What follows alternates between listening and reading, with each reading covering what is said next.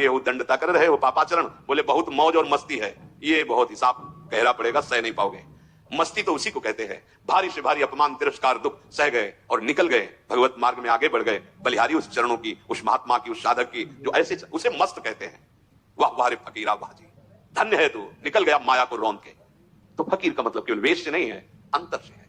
सबको भगवत प्राप्ति करने का अधिकार है, सब महात्मा हो सकते हैं, चाहे जिस वेश में हो, आचरणों को सुधार करके स्थिति को लाओ, स्थिति प्रज्ञ को महात्मा कहते हैं। ये कभी भूल ना होने पावे। दो बातों में अनर्थ, दुष्कृत जात अनर्थ आएंगे। पहला बाहरी सह लो, और अंदर जो स्फुरणा हो रही है उसके अनुसार भोग क्रिया मत करना, उसके अनुसार व्यवस्था करेगी माया, स्वीकार मत करना, नहीं तो यात्रा रुक जाएगी। दूसरा, जैसे दुष्कृत जात अनर्थ होता है, ऐसे सुकृत जात अनर्थ होता है। पूर्व जीवन में तुम्हारे पुण्य हुए हैं और वो पुण्य बड़ा वैभव सुख सामग्री फैलाएंगे आपके सामने, वो फल आएगा आपके सामने। अगर आपने उसे भोगा तो बाधा पड़ जाएगी। क्या करना है? उस पुण्य फल से प्राप्त हुई भोग सामग्री को समाज सेवा, संत सेवा, पशु पक्षी की सेवा में लगा दो। आप उतना ही स्वीकार करो जितने से जीवन पोषण होता है। तो दियम वस्तु गोविंदम तो भमेव समर्पये, मंगल हो जाएगा। शुभ तुम्हें बांध नहीं पाएगा। ये सुकृत जात अनर्थ भगवत प्राप्ति नहीं होने देता, जैसे दुष्कृत जात अनर्थ। शुभ का फल है सुख सामग्री वैभव एकत्रित होना। उसकी अगर भोग वृत्ति हुई कि मैं इतने धन का स्वामी, मैं इतने वैभव का स्वामी, मेरे पास ये सब, फंस गए। नहीं, भगवान की दी वस्तु है। भगवत भक्तों में, प्रभु सेवा में, जन सेवा में ऐसे उसका स्वामित्व प्रभु को ही, अपना नहीं। सच्चे हृदय से भगवान का मान करके समाज सेवा में लगा दिया जाए तो ये शुभ उसे अनर्थ रूप होकर बाधित नहीं करता। तीसरा है अपराध जनित अनर्थ। ये प्राय बहुत ध्यान देने योग्य विषय है। चारों अनर्थों का त्याग करने पर ही प्रेम दृष्टि प्रकाशित होती है। 32 सेवा अपराध पीछे बताए गए, कई बार 10 नामा अपराध बताए गए हैं। ये अपराध उसी से होते हैं जहां थोड़ा भी अहम होता है और सत्संग नहीं मिलता है। सत्संग मिले तो कदम कदम पर सावधानी वाली विवेक वृत्ति जागृत हो जाती है। हर समय नाम चल रहा है तो अपराध की कोई गुंजाइश ही नहीं। तुम्हें ज्यादा पढ़ने की जरूरत नहीं कौन कौन से अपराध होते हैं। नाम जब चल रहा है, सत्संग सुन रहे हो, सब में भगवत भाव अपराध बनने वाला ही नहीं। वैसे 32 सेवा अपराध, 32 सेवा उप अपराध 64 हुए और 10 नामा अपराध, ऐसा वैष्णव अपराध आदि का विस्तृत वर्णन शास्त्रों में हुआ है।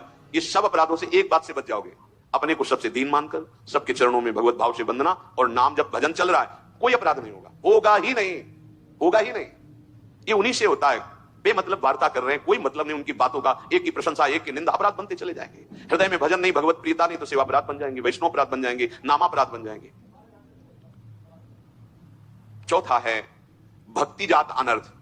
इसका परिचय प्राय नहीं होता। ये बहुत सूक्ष्म अनर्थ है। ये ऊंचाई में नहीं पहुंचने देगा, आपको गिरा देगा। ये बहुत सूक्ष्म विषय है, बहुत सूक्ष्म। इसलिए इसमें पूज्य बाबा ने कहा है कि ये तो हम जैसे सन्यासियों को तंग करता है, मतलब ऊंचाई पर चढ़ने। ये अंदर से अपने सम्मान की सुरक्षा, सम्मान की बढ़ोतरी और अपनी पूजा करवाने में सुख, दूसरे के प्रति थोड़ा हे भाव गए गए, इतना करके आए और ऊंचाई पर बैठने वाले फिसल गए। ये बहुत सावधान। ये भक्ति जात अनर्थ। बढ़िया चल रहे हो, कोई संशय नहीं, बहुत अच्छी है आपकी दिनचर्या, पर आपके अंदर इस बात का अभिमान आ गया। दूसरे के प्रति जब दोष दृष्टि हो जाए तो समझ लेना आपके अंदर गुणाभिमान जागृत हो गया है, और गुणाभिमान जागृत हो गया तो अध्यात्म रुक गया।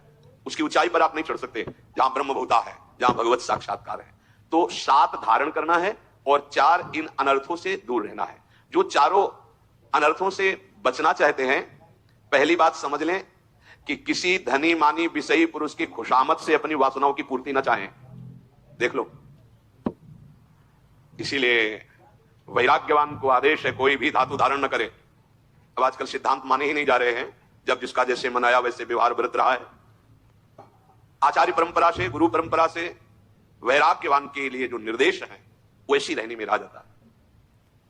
जो सन्यास, चाहे वो वैष्णव सन्यास, वैराग्य या शैव सन्यास, सन्यास का मतलब होता है संपूर्णतया भगवान के समर्पित होकर, राग रहित होकर वैराग्यवान। 2 ही पात्रों का वर्णन है, या तो रज के पात्र में पाए, या जैसे जंगली नारियल आदि के पात्र खप्पर होते हैं, उनमें सन्यासी जन प्राय काशी क्षेत्र में देखा खप्पर और उसी का कमंडल। धातु का कोई भी सोना चांदी अंगूठी माला, ये कोई भी वैरागी के शरीर में नहीं होना चाहिए। धातु निषेध की गई है। वैरागी तन ढकने के लिए वस्त्र डाल लिए, बस कोई श्रृंगार शरीर का नहीं। आचार्य परंपरा के आदेश से रजरानी और प्रिया प्रीतम का प्रसादी चंदन, श्रृंगार शब्द से नहीं। बालों को दो ही पद्धतियां है, या तो रखे रहने दो, आजीवन रखे रहो, और या 2 महीने में मुंडन करवा लो, ऐसी पद्धति है। अगर हम किसी की विषय चाह के लिए खुशामद करने लगे गए, बहुत ये रपटने वाला मार्ग बताया गया है ज्ञान के पंथ कृपाण के धारा, तो सत्संग भगवान दे रहे हैं।